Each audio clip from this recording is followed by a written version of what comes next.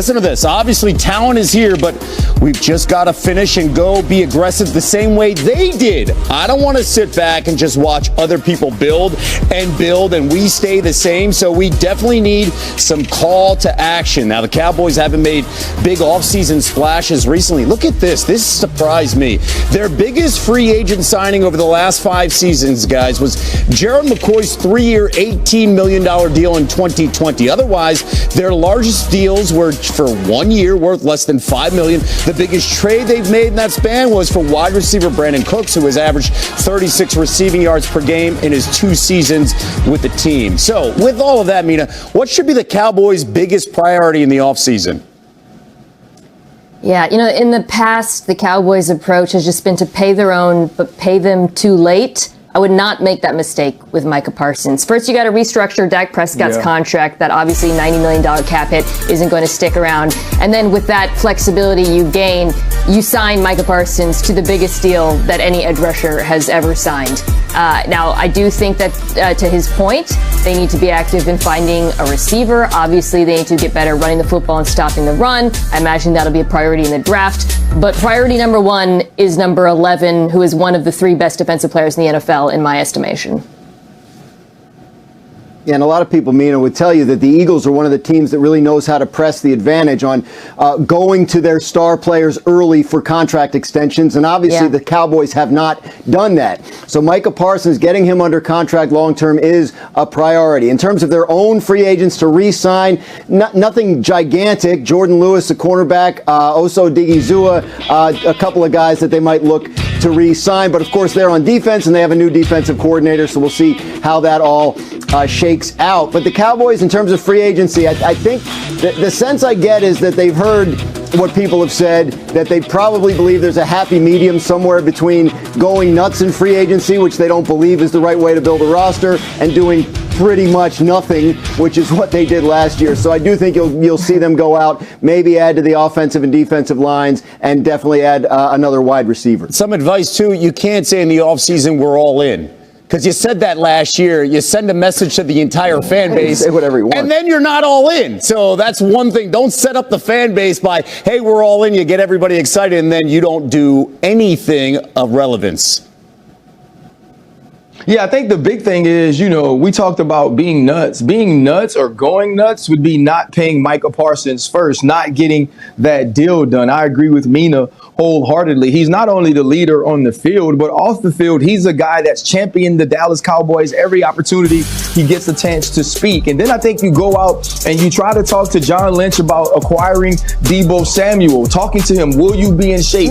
What do you want to do? How do you want to fit into this offense? And now that's a guy that can play running back, a guy that can play receiver, somebody that can be a number 2 and a chess piece off of CD Lamb. And then when you get into the draft, this gives you flexibility of whether you want to pick someone that helps you run the football or someone that helps you stop the run.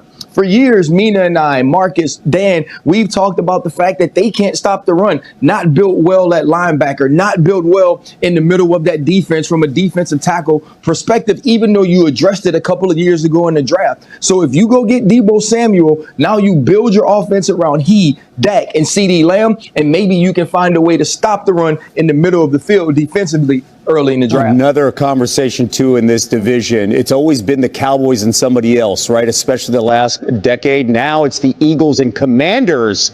And I'm sorry, good luck and make a card. Let's play matchmaker without the swiping. Our first analyst is a diehard Seahawks fan, but she'd rather be lovesick than seasick. And it is Mina Kimes. Our second analyst knows a thing or two about love because he's written a book or 2 about love. Dan Graziano. And our third analyst first love was the Fitz, but now he's winning awards and hearts on the big screen. Welcome, Ryan Clark. Mina, our first analyst, let's start with you. Contestant number 1 has spent some time in colder weather, but he's ready to warm up with some new love. Mina, who is Sam Darnold's perfect match? You know, Kevin, relationships are all about compatibility, and I think Sam Darnold might actually fit well with the Las Vegas Raiders. Here's why. Darnold showed in Minnesota, give him good pass protection, he can really sling it. And while the Raiders don't have the best offensive line, it's a young group that has talented players. I think they would give him enough time to get the ball in the hands of playmakers like Brock Bowers, Jacoby Myers. This does not prohibit them from drafting a quarterback. It just buys them some time and would give Darnold another chance to be a starter for a team that I think would actually want to be with him, not just settle for him. That is a match only Elvis would love in a small little chapel that has the light on for 24 hours. Contestant number 2 is the ultimate protector of a 2-time MVP, but now maybe looking for a new franchise to protect Graz, who is Ronnie Stanley's perfect match. Well, it's great to be wanted, but it's even better sometimes to be needed. And if you watched the Super Bowl, you know the Kansas City Chiefs need some help at left tackle. Once upon a time, they acquired a tackle from the Baltimore Ravens, Orlando Brown. They could repeat that this year on the free agent market. If the Baltimore Ravens don't want Ronnie Stanley back, wouldn't be surprised to see the Chiefs poking around on him in free agency. He would solve a major need of theirs. And of course, not that this isn't true with the Ravens, but every free agent wants to sign with a team that gives them the best chance to win a championship. And finally, contestant number 3 has been the second choice in Cincinnati, but he's ready to be someone's number 1 and one and only RC, who is the perfect match for T. Higgins. This may come as a surprise, but I'm going to say the Washington Commanders and Jaden Daniels. And look, it's Valentine's Day, and everybody wants to be the one. But football is different. It's okay to be a QB or a wide receiver polygamist. And with a guy like T. Higgins, he's already been a brother wide receiver along with Jamar Chase. So bring him over with T. Higgins. Yes, he won't get all 7 days, but he may get 4. And on that special night, when he's the number 1, he'll get to shine and be on the arms of the great Jaden Daniels. Ooh, okay. We see that potential love connection. And I'm done with this. There's no doubt that the Bengals have had more success when T. Higgins is available. I've peaked in my career, guys. This was it. Bengals went 8-4 when Higgins played last season compared to 1-4 when he didn't. They averaged more points per game, and Joe Burrow averaged 23 more yards per game. And interestingly enough, Jamar Chase loved it when T was there. Look at the numbers. Because, of course, the focus of the defense, not just on number 1, it was help there on the other side. So, Graz, we heard Joe Burrow, and let me tell you, if a mic was hot, Joe Burrow was talking all last week on Radio Row, explaining the situation, and he made it sound so easy and simple about, hey, how do we keep the family together here? Is it that simple?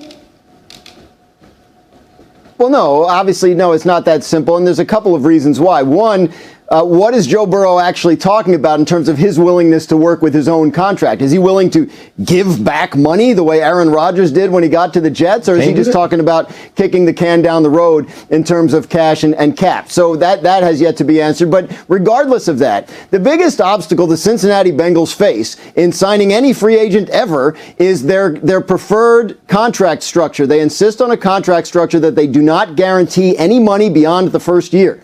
They made an exception for Joe Burrow. If Jamar Chase and T. Higgins and Trey Hendrickson insist on second-year guarantees, then the Bengals are either going to have to change the way they've always done business, or they're going to have to say goodbye to those guys. So it's tricky right now. We don't know exactly what will happen with Jamar Chase and his extension.